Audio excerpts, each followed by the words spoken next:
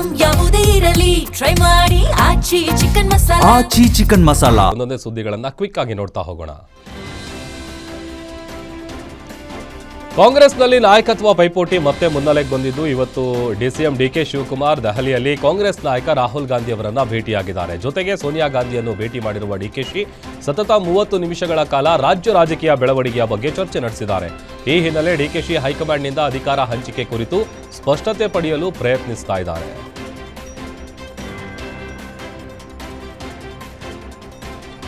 ದೆಹಲಿಯಲ್ಲಿ ಸೋನಿಯಾ ಗಾಂಧಿ ಹಾಗೂ ರಾಹುಲ್ ಗಾಂಧಿ ಜೊತೆ ನಡೆದ ಚರ್ಚೆಯ ಬಳಿಕ ಡಿಸಿಎಂ ಡಿಕೆ ಶಿವಕುಮಾರ್ ರಿಯಾಕ್ಟ್ ಮಾಡಿದ್ದಾರೆ. ನಾನು ಒಳಗಡೆ ಮಾತಾಡಿರುವ ಎಲ್ಲವನ್ನೂ ಬಹಿರಂಗವಾಗಿ ಹೇಳೋದಕ್ಕಾಗಲ್ಲ. ವರಿಷ್ಠರ ಜೊತೆ ಏನೇನು ಮಾತಾಡಬೇಕು ಅದನ್ನೇ ಚರ್ಚಿಸಿದ್ದೇವೆ. ನಾನು ಬಂದಿದ್ದು ರಾಜಕಾರಣ ಮಾಡೋದಕ್ಕೆ ಮಾತ್ರ. ಕಾಲ ಎಲ್ಲದಕ್ಕೂ ಉತ್ತರ ಕೊಡುತ್ತೆ ಅಂತ ಪುನರುಚ್ಚರಿಸಿದ್ದಾರೆ.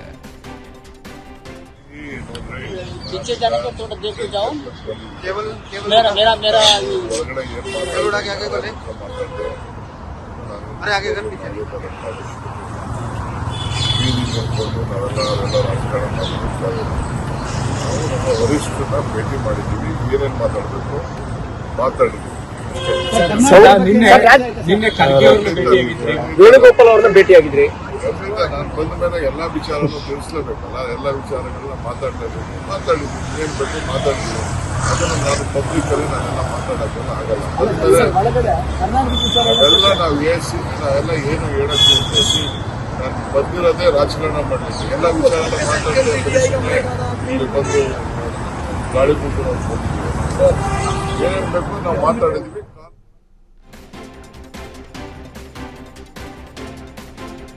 ಡಿಕೆ ಶಿವಕುಮಾರ್ ಕೆಪಿಸಿಸಿ ಅಧ್ಯಕ್ಷರು ತಮ್ಮ ಪಕ್ಷದ ನಾಯಕರಾದ ರಾಹುಲ್ ಗಾಂಧಿ ಅವರನ್ನ ಭೇಟಿ ಮಾಡೋದರಲ್ಲಿ ತಪ್ಪೇನಿದೆ ಅಂತ ಸಚಿವ ಎಚ್.ಸಿ. ಮಹದೇವಪ್ಪ ಪ್ರಶ್ನಿಸಿದ್ದಾರೆ.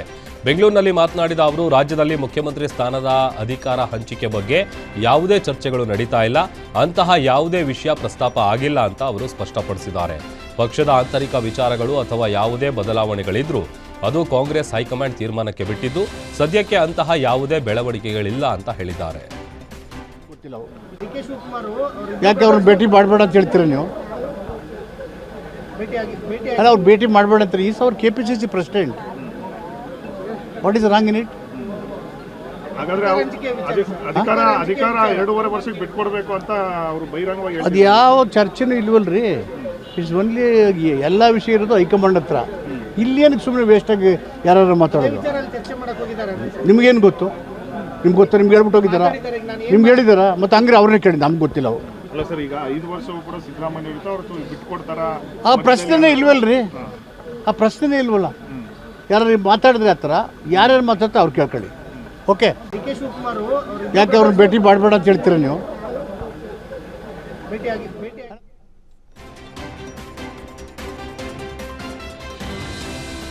2028ರವರೆಗೂ ಸಿಎಂ ಸಿದ್ದರಾಮಯ್ಯ ಅವರೇ ಇರ್ತಾರೆ. 2028ರ ವಿಧಾನಸಭೆ ಚುನಾವಣೆ ಸಿದ್ದರಾಮಯ್ಯ ಅವರ ನೇತೃತ್ವದಲ್ಲೇ ನಡೆಯುತ್ತೆ ಮತ್ತು ನಮ್ಮದು ಹೈಕಮಾಂಡ್ ಪಕ್ಷ. ಅವರ ನಿರ್ಧಾರಕ್ಕೆ ನಾವು ಬದ್ಧರಾಗಿರ್ತೇವೆ. ಅವರು ಬೀದಿಲಿ ಹೋಗೋ ದಾಸೆಯನ್ನ ಕರ್ಕೊಂಡು ಬಂದು ಸಿಎಂ ಮಾಡಿದ್ರು, ನಾವು ಒಪ್ಕೋತೀವಿ ಅಂತ ವಿಜಯನಗರದಲ್ಲಿ ಸಚಿವ ಜಮೀರ್ ಅಹಮದ್ ಹೇಳಿಕೆ ನೀಡಿದ್ದಾರೆ. ಮಲ್ಲಿಕಾರ್ಜುನ ಖರ್ಗೆ ಅವರು ನಮ್ಮ ಪಕ್ಷ ಹೈಕಮಾಂಡ್ ಪಕ್ಷ. ಒಟ್ಟಲ್ಲಿ ನನ್ನ ಅಭಿಪ್ರಾಯ ನಾನು ಹೇಳ್ಬೋದು. ನನ್ನ ಅಭಿಪ್ರಾಯ ಇಷ್ಟೇ, 2028ವರೆಗೂ ಮನೆ ಸಿದ್ದರಾಮಯ್ಯ ಅವರು ಮುಖ್ಯಮಂತ್ರಿಯಾಗಿ ಮುಂದುವರಿತಾರೆ. ನಮ್ಮ ಪಕ್ಷ ಹೈಕಮಾಂಡ್ ಪಕ್ಷ. ಅವ್ರು ಗೆರೆ ಹಾಕಿದ್ದು ನಾವು ಯಾರು ಗೆರೆದಾಟಲ್ಲ. ಅದಕ್ಕಿಂತ ಮುಂಚೆ ಭಾಳ ಸತಿ ಹೇಳಿದ್ವಿ, ತೀರ್ಮಾನ ಮುಖ್ಯಮಂತ್ರಿ ಬದಲಾವಣೆ ಮಾಡಬೇಕಾದ್ರೆ ಯಾರು ಮಾಡಬೇಕಾಗಿರೋದು? ಹೈಕಮಾಂಡ್ ಮಾಡಬೇಕಾಗಿರೋದು. ಮನೆ ಮಲ್ಲಿಕಾರ್ಜುನ ಖರ್ಗೆ ಅವರು, ರಾಹುಲ್ ಗಾಂಧಿ ಅವರು, ಮನೆಯ ಸೋನಿಯಾ ಗಾಂಧಿ ಅವ್ರು ಮಾಡಬೇಕಾಗಿರೋದು. ಅವ್ರು ಏನು ನಿರ್ಧಾರ ತಗೊಂತಾರೆ ಬದ್ಧ ನಾವು. ನಾನು ಅದಕ್ಕಿಂತ ಮುಂಚೆನೇ ಹೇಳಿದ್ದೆ, ನಾನು ಬೀದಿ ಹೋಗಿ ದಾಸೆಯಾಗಿ ಮಾಡಲಿ ಹೈಕಮಾಂಡ್. ನಾವು ಅದಕ್ಕೆ ಒಪ್ಕೊಂತೀವಿ. ನಾವು 2022 ಚುನಾವಣೆಗೆ ಸಿಎಂ ಸಿದ್ದರಾಮಯ್ಯ ಅವ್ರ ನೇತೃತ್ವ ಇರುತ್ತೆ ಸರ್. ಅವ್ರ ನೇತೃತ್ವದಲ್ಲೇ ಚುನಾವಣೆ ನಡೀಬೇಕು ರೀ. ಅವ್ರು ನಮ್ಮ ಪಕ್ಷದ ನಾಯಕರು. ಅವ್ರ ನೇತೃತ್ವದಲ್ಲೇ ಎಲೆಕ್ಷನ್ ನಡೀಲಿ. ನಮ್ಮ ಪಕ್ಷ ಹೈಕಮಾಂಡ್ ಪಕ್ಷ.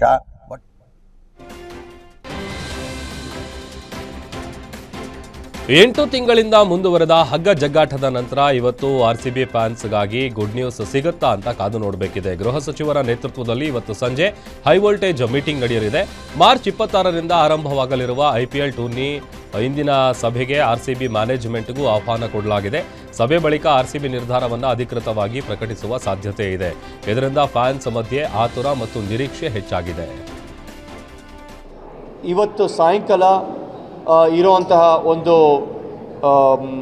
ಕ್ಯಾಬಿನೆಟ್ ಮೀಟಿಂಗ್ನಲ್ಲಿ ನಾವು ಏನೇನು ಡಿಸ್ಕಷನ್ ಮಾಡಿದ್ವೋ ಇವತ್ತು ಅದ್ರ ಬಗ್ಗೆ ಒಂದು ಚರ್ಚೆ ಮಾಡಿ ಒಂದು ಕೊನೆಯ ಒಂದು ನಿರ್ಧಾರನ ತಿಳಿಸ್ತಾರೆ ಇವತ್ತು ಅಂತ ಹೇಳಿದ್ದಾರೆ.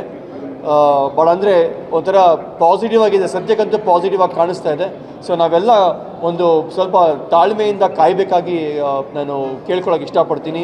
ಇವತ್ತು ಸಾಯಂಕಾಲ ಕ್ಯಾಬಿನೆಟ್ ಮೀಟಿಂಗ್ ಆದಮೇಲೆ ಸಾಹೇಬ್ರೇನೆ, ನಮ್ಮ ಹೋಮ್ ಮಿನಿಸ್ಟರ್ ಸಾಹೇಬ್ರೇನೆ, ಪರಮೇಶ್ವರ್ ಜಿನೇ ಅವರೇನೆ ಅವರ ಒಂದು ನಿರ್ಧಾರನ ತಿಳಿಸ್ತಾರೆ.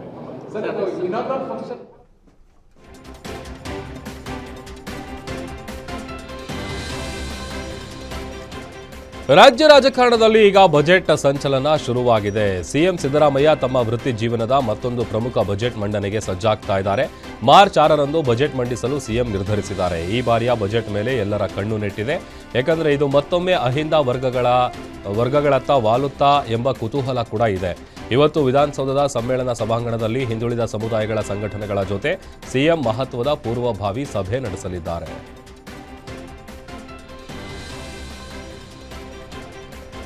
ತುಮಕೂರು ಜಿಲ್ಲೆಯ ಕಾರ್ಯಕ್ರಮವೊಂದರಲ್ಲಿ ಗೃಹ ಸಚಿವ ಡಾಕ್ಟರ್ ಜಿ ಪರಮೇಶ್ವರ್ ಭಾಷಣದ ವೇಳೆ ಅಭಿಮಾನಿಗಳು ಪರಮೇಶ್ವರ್ ಸಿಎಂ ಆಗಬೇಕು ಅಂತ ಘೋಷಣೆ ಕೂಗಿದ್ದಾರೆ.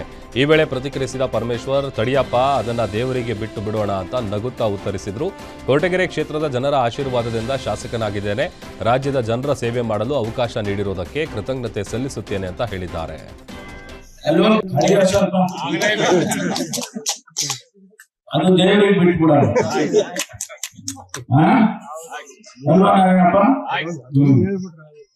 ಆದ್ರಿಂದ ಕೆಮರಳ್ಳಿ ಆಂಜನೇಯ ಸ್ವಾಮಿಗೆ ಬಿಡೋಣ ಅಲ್ವಾ? ಆಂಜನೇಯ ಸ್ವಾಮಿ, ನಾನು ಮೊದಲನೇ ಸಾರಿ 2008ಕ್ಕೆ ನಿಕ್ಕೆ ಅಲ್ವಾ ಪೂಜೆ ಮಾಡಿಸಿದೆ. ಮೊದಲನೇ ಪೂಜೆ ನಾಮಿನೇಷನ್ ಫೈಲ್ ಮಾಡಕ್ ಮುಂಚೆ ಹೋಗಿ ಅಲ್ಲಿ ಪೂಜೆ ಮಾಡಿಸಿ ಎಲ್ಲರೂ ಇದ್ರೆ ನೀವು ಬಲ್ಗಡೆ ಹೂವು ಬಿತ್ತುಕೊಂಡು ಅಂದ ನಾನೇ ನೋಡ್ಲಿವಲ್ಲ ನೀನ್ ಕಾಣಿಸಲ್ಲ ಬಿಡು.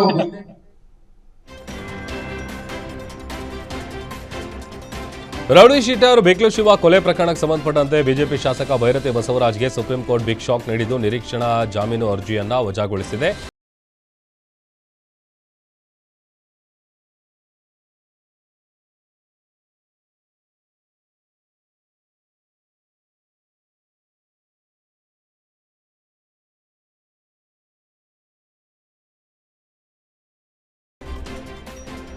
ಜಿಗಣಿ ಕೈಗಾರಿಕಾ ಪ್ರದೇಶದಲ್ಲಿ Schneider Electric IT business India private limited ಕಂಪನಿಯ ಎದುರು ಪ್ರತಿಭಟನೆ ನಡೆದಿದೆ. ಕಾರ್ಮಿಕರು ರಜೆ ನೀಡದೆ ಎಂದಿನಂತೆ ಕಾರ್ಯನಿರ್ವಹಿಸುತ್ತಿದ್ದ ಕಂಪನಿಯ ವಿರುದ್ಧ ಆಕ್ರೋಶ ವ್ಯಕ್ತಪಡಿಸಿದರು. ಪ್ರತಿಭಟನಾಕಾರರು ಕಂಪನಿ ಮುಂಭಾಗ ಕುಳಿತು ಧಿಕ್ಕಾರದ ಘೋಷಣೆ ಕೂಗಿ ಕಾರ್ಮಿಕರನ್ನ ಹೊರಕಳಿಸುವಂತೆ ಒತ್ತಾಯಿಸಿದರು. ಕಂಪನಿ ಆಡಳಿತ ಮಂಡಳಿ ಮತ್ತು ಕಾರ್ಮಿಕರ ನಡುವೆ ಮಾತಿನ ಚಕಮಕಿ ಕೂಡ ನಡೆಯಿತು. ಬಳಿಕ ಮುಷ್ಕರಕ್ಕೆ ಬೆಂಬಲ ನೀಡುವಂತೆ ಕಾರ್ಮಿಕರು ಒತ್ತಾಯಿಸಿದ್ದಾರೆ.